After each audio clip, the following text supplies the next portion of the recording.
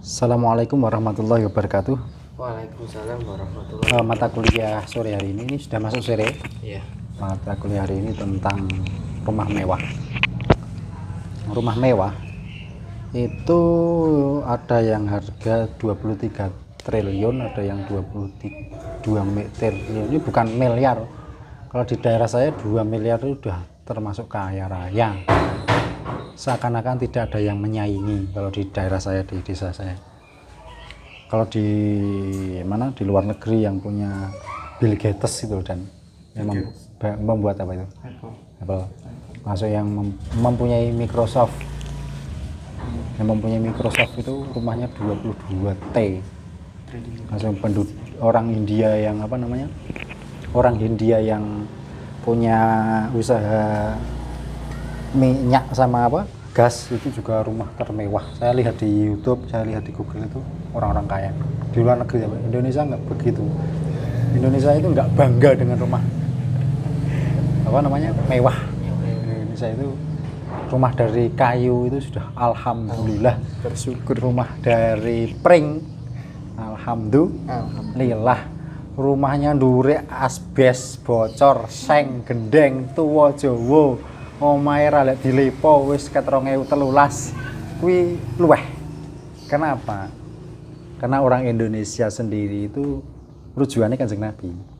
Jadi Nabi Muhammad itu kan rumahnya itu kan 6x8 rumah loh ini.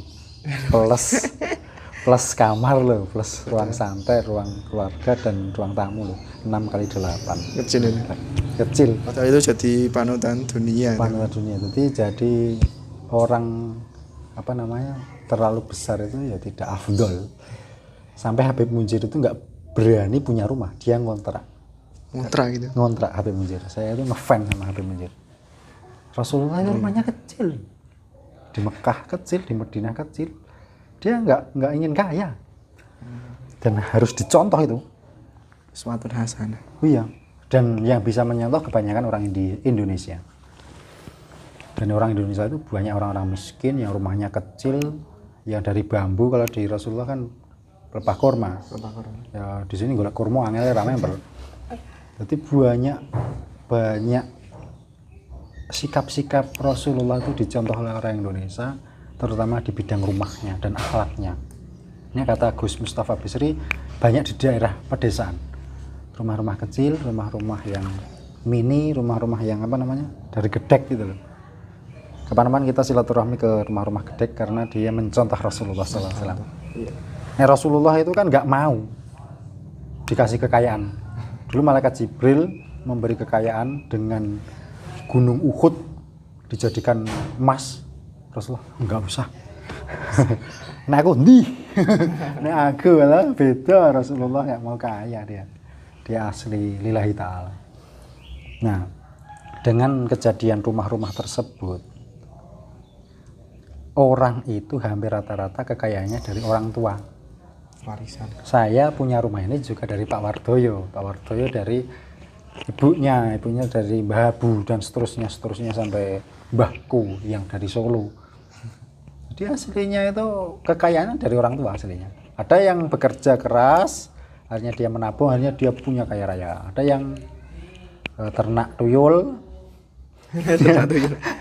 dan lain sebagainya ya. Jadi kekayaan langsung itu ya cuman sebatas apa ya, sebatas cukup lah. Orang Indonesia itu saya salut. Pas kalau besok itu Indonesia akan jaya di Indonesia, dan juga pas kalau Indonesia itu muslimnya terbesar di dunia. Karena apa? Banyak yang menyontoh Rasulullah Shallallahu Alaihi Wasallam. Besok Mas Topi kalau bikin rumah ukurannya 6x8 plus kamar dan ruang tamu plus dapur. Banyak Rasul. Kok bisa ya? Sampai Habib Munjir takut akhirnya dia ngontrak, malah nggak punya rumah dia. Karena apa? Nggak dibawa mati. Satu, umurnya paling tuh menikmati 60 tahun. Kalau sekarang kita sudah umur 20 kita sudah umur 20, berarti kan 40 tahun lagi selesai. Kecuali kayak raja-raja Jawa yang umurnya panjang-panjang. Zaman Rasulullah turun itu kan 60-an. Nah, masalah rumah ya.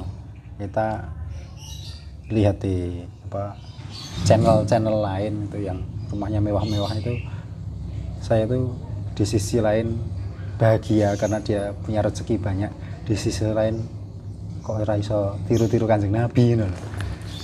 Angel di sisi lain loh. Karena apa? Karena yang namanya ngikuti Nabi Muhammad itu kan tidak semudah untuk dipraktekkan. Nabi Muhammad rumahnya kecil kok umatnya rumahnya besar-besar, betul koyo nyaingi Nyanyi gitu. yo nyaingi loh. Nabi Muhammad mengenai contoh seperti itu. Langsung di sini saya ingin membacakan ya tentang keluarga, tentang harta dan lain sebagainya ya. Di surat At-Taubah ayat 24 tentang rumah ini. Tentang kekayaan. Bismillahirrahmanirrahim. Qul in kana aba'ukum wa abna'ukum wa ikhwanukum wa azwajukum wa ashiratukum wa amwanun iqtaraftumuha wa tijaratun takhshawna kasadaha wa masakinu tardawnaha ahabba ilaikum minallahi wa rasulihi wa jihadin fi sabilillah. Wis ora apa-apa rasa diketok kae. Dadi ilang to. Kan di fi sabilihi wa fatarabbasu hatta ya'ti Allahu bi amri wallahu la yahdil qaumal fasiqin. Ki ngeritik lho iki. Katakanlah jika bapak-bapakmu, anak-anakmu dan saudara-saudaramu, istri-istrimu, keluargamu, harta kekayaan yang kamu usahakan, perdagangan yang kamu khawatirkan kerugiannya, bisnis lagi, tentang bapak, tentang anak, tentang istri, tentang keluarga, tentang kekayaan yang kamu usahakan, tentang bisnis sama rugi, di share nang Al-Quran, dan rumah-rumah tempat tinggal yang kamu sukai, ya, rumah-rumah mewah lebih kamu cintai daripada Allah dan Rasulnya serta berjihad di jalannya, maka tunggulah sampai Allah memberikan keputusan. Aduh dilang kabeh dan Tinggal menunggu. iya, jika kamu bangga dengan keluarga, dengan bapak, dengan istri-istri, dengan harta kekayaan dan bisnisnya, dan mencintai banget rumah-rumahnya yang mewah kayak istana, tunggu kata Allah. Batas waktu di situ, maka tunggulah sampai Allah memberikan keputusan. Ardilangi Gusti Allah. Wis do gaya lebih mencintai hartanya daripada Allah dan Rasulnya kok. Dan Allah tidak memberi petunjuk kepada orang-orang fasik. Orang fasik itu orang duwe ilmu ning wani melanggar lho. Ada yang mengatakan perusak. Nanti ya sing do bangga karo hartane, karo rumahe, karo bisnise ya monggo. Tunggu batas waktu. Mbok kapan ya ora ngerti aku kok. Wallah alam bisawab itu aja yang saya sampaikan. Nunggu yo teman-teman ya. Aku ora meden-medeni cuma membaca Al-Qur'an surat At-Taubah ayat 4 itu aja. Salam. Forscape.